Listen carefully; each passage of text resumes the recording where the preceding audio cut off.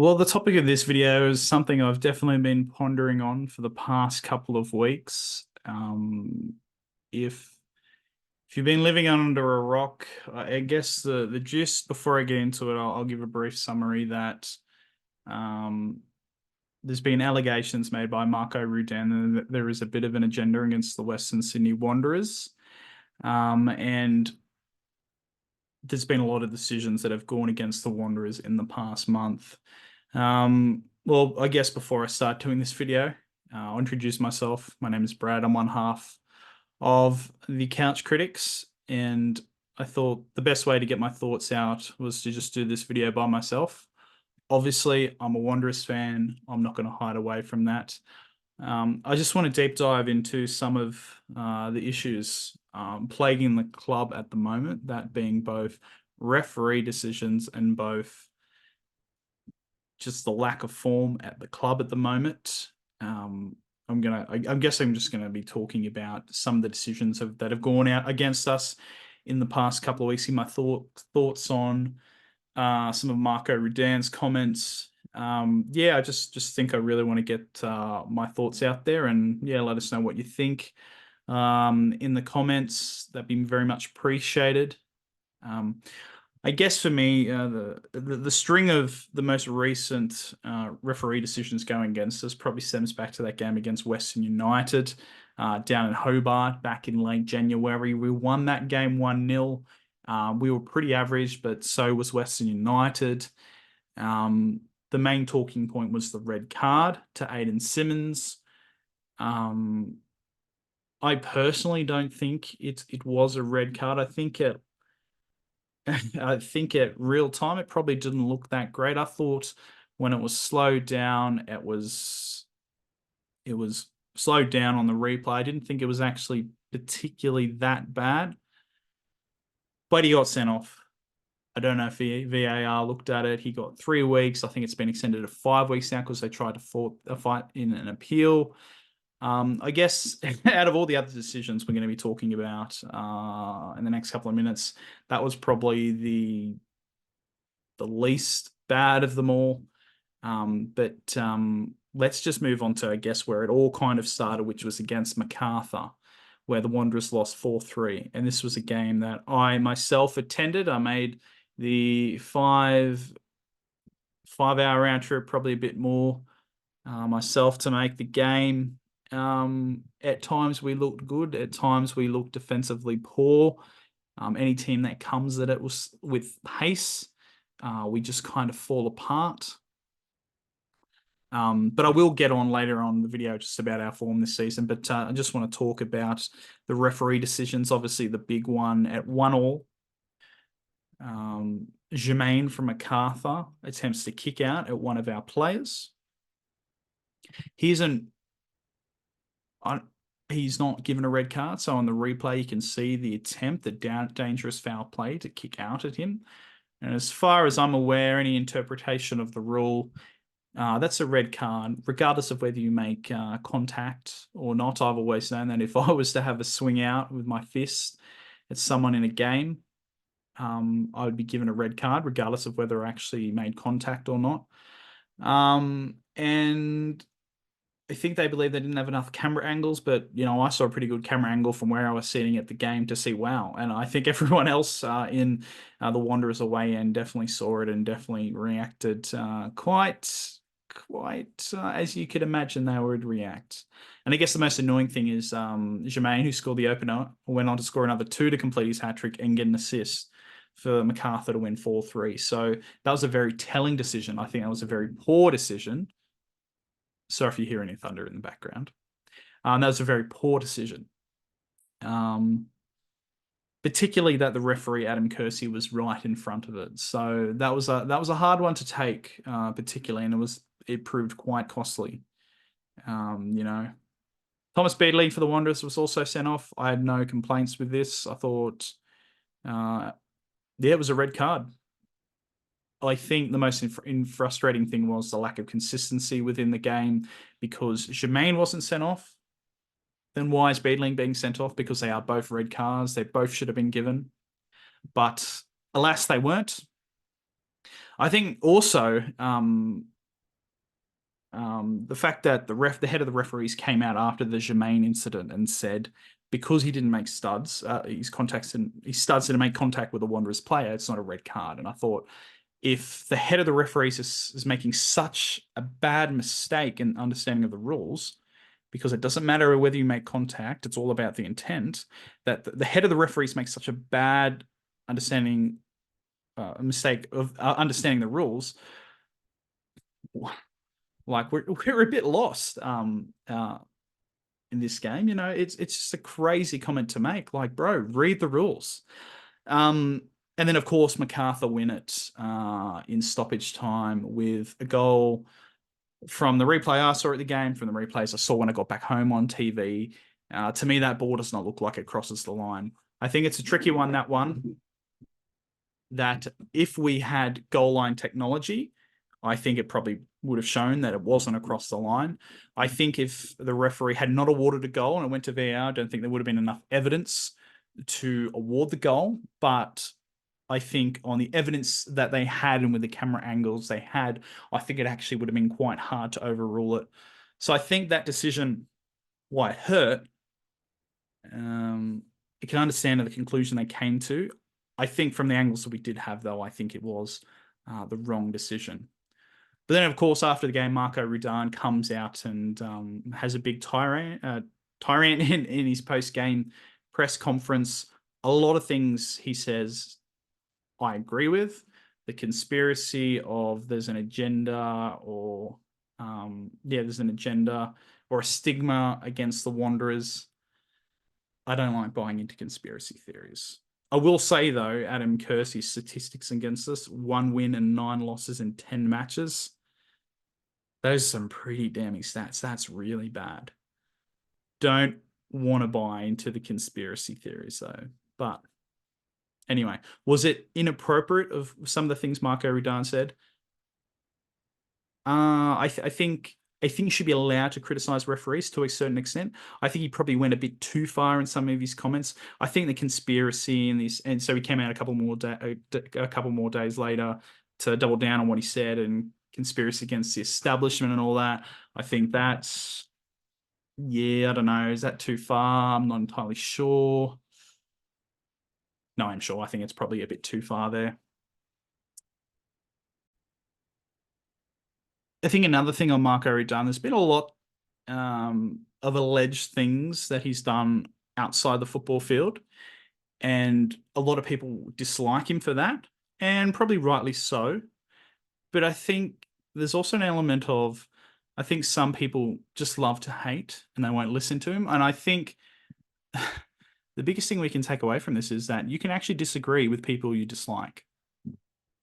And I think some fans of opposition clubs are probably treating him as a bit of a sook or a whinger, and I think there might be an element of truth to that. But I think they just love to hate because they hate him for stuff that's happened. And like I say, that's probably fair, but I think you can agree with someone you dislike. Moving on to the next game. It was the 3-3 draw with Newcastle. Yeah, some other interesting decisions. I think obviously the Tate Russell's the big talking point. His first yellow card. Now his stud does make contact with the leg. He doesn't see the Newcastle defender. He's going for the ball. And I think for me, let's be honest, it's not a red. Like a lot of people saying he should have been sent off for that. I think if any understanding of the game, that's a yellow card. Now, the obvious argument to bring up is the Pat Wood incident in the Big Blue, where he was sent off for that. And I think everyone can agree Pat Wood shouldn't have been sent off for that. I agreed with it, which is pretty crazy for me as a Wanderers fan to actually agree that Sydney FC got duped by a referee decision. I know, right? And everyone at home, the commentators were like, yeah, it's not a red, it's a yellow. Let's move on with it. The fact that it went to VAR and then they gave a red, it was mind-boggling the howler of a decision they had made. So yeah, for me, I don't think the Tate Russell is a yellow. I'll get into other decisions like Pat Wood later on about why. I don't think it should have been a yellow for Pat Wood as well, but based on consistency, maybe it should have been a red for Russell. His second yellow is definitely not a red. It's definitely a penalty, I think. Is it one of those soft ones? Probably. But for me, I think it's a penalty. If it happens anywhere else on the pitch, it's definitely not a yellow card, even if you are on a yellow. So I don't know why he was given a second yellow there. I think that was a really, really bad mistake by the referee. And then the Grimaldi tackle from the Newcastle player, Grimaldi, that for me looked very similar to Tom Beadling's tackle. And the fact that he didn't even get a red card, it's like, oh, it's whatever. Yorex Hendricks red card. I think that's an obvious red card. I don't any doubt about it. Paul Lederer, the Wanderers owner, also ran onto the field after the game, and I thought that was a really, really bad look. I mean, what are we, some Brazilian third division team where the owners run to the field to abuse the referees? Like, that's just ridiculous. I hope he gets a hefty fine. I hope he gets a big suspension, because I think what he's done is worse than anything Rudin has said towards the referees. And then obviously the most recent game against the Mariners, we lose 1-0. The big talking point, of course, is the Jacob Farrell incident where it's a red card. And I don't think the VAR gets involved whatsoever. I'd like to be, corrected if I'm wrong on that. But then it's not. Yeah. I mean, there's no doubt about it. It's a red card. He's late. He lunges in. The studs are up. He makes contact with Thompson's leg. And then Thompson goes off minutes later because he's injured from that tackle. So we haven't seen the outcome of that injury, whether it's long term or if it's just a bit of a nick. But the fact that it wasn't given a red card is just, I think that's the most frustrating decision of the past 4 weeks. Have Rudin's comments helped his calls with the referees? But let's hope the referees aren't just trying to stick it to Rudin, because, that would make them way more unprofessional than Rudin has been in the past couple of weeks. The refereeing in the season in general, listen, and this is why I was so conflicted about whether I want to make this video, because I don't like sitting here and bitching and moaning about the referees constantly. And I'm not going to be doing another video like this, I don't think, ever again, but I just want to get my thoughts out. But the refereeing in the league in general this season has been, pretty bang on ordinary. And I think that's putting it lightly. I mentioned the decisions that have gone against the Wanderers. Well, let's mention that Pat Wood one from earlier in the Big Blue. That's one of the more recent bad decisions made by the referee, and that's where the VAR was involved. Adam Kersey changed his mind on the yellow to give a red when, like I said, everyone at home, myself, the commentators, knew that was a yellow. The most recent Melbourne derby where Jakalish has headbutted Guerrier, but Guerrier is the one that's getting the yellow card. I mean, why isn't the VAR getting involved there? It's a clear yellow. The first penalty Wellington had against MacArthur in the most recent matches. To me, and probably a lot of people watching at home, that's not a penalty. And what does the VAR do? Nothing. Yeah, and I remember that game earlier in the season where Victory beat Newcastle 5-3. They missed a blatant onside call and ruled offside, and they missed one of the plays from the Newcastle when they were drawing the lines. And I think those are some of the bad decisions from this season. That's just some of them. I'm sure you can think of more. And the common denominator in all of them is the VAR. And, for a long time, since the beginning, I've been a big supporter of the VAR, and I still am a big supporter of the VAR. It is a good thing when it's used correctly, and that's the big thing. A lot of these people in the VAR, I just don't know. I can't fathom some of the decision-making they come up with. At the end of the day, I could be fine with a referee making a mistake in a match. I'm still going to be pissed. I'm still going to be annoyed. But, at the end of the day, we all make mistakes. No one's perfect. It happens. But I think what really annoys me the most now in football is we have the video replays. We have all the camera well, not all of them, but, we have the video replays. And the people in the VR booth, what are they doing with the replays?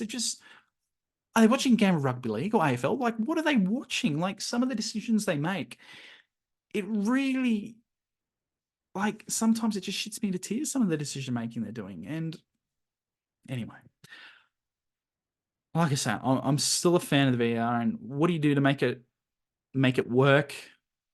Do you get football people that have played the game in the box, or do you just have referees? Do you get rid of it completely?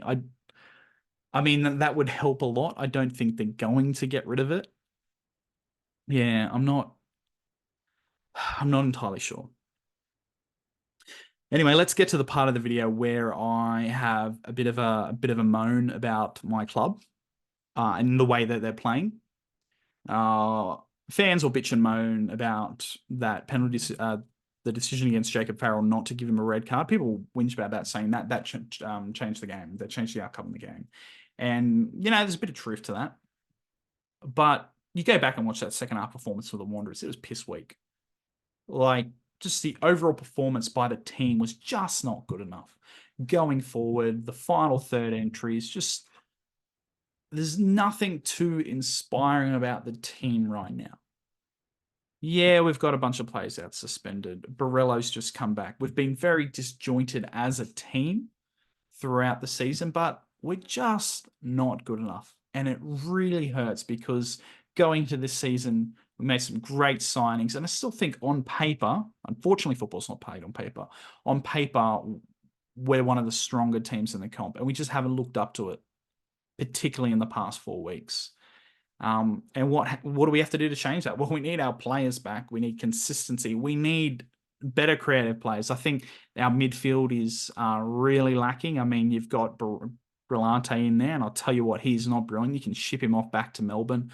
I think the loss of Callum Neunhoff, as we always knew, was a big loss. So was Morgan Schneiderlin. And I just think the midfielders we brought in are just like they're young.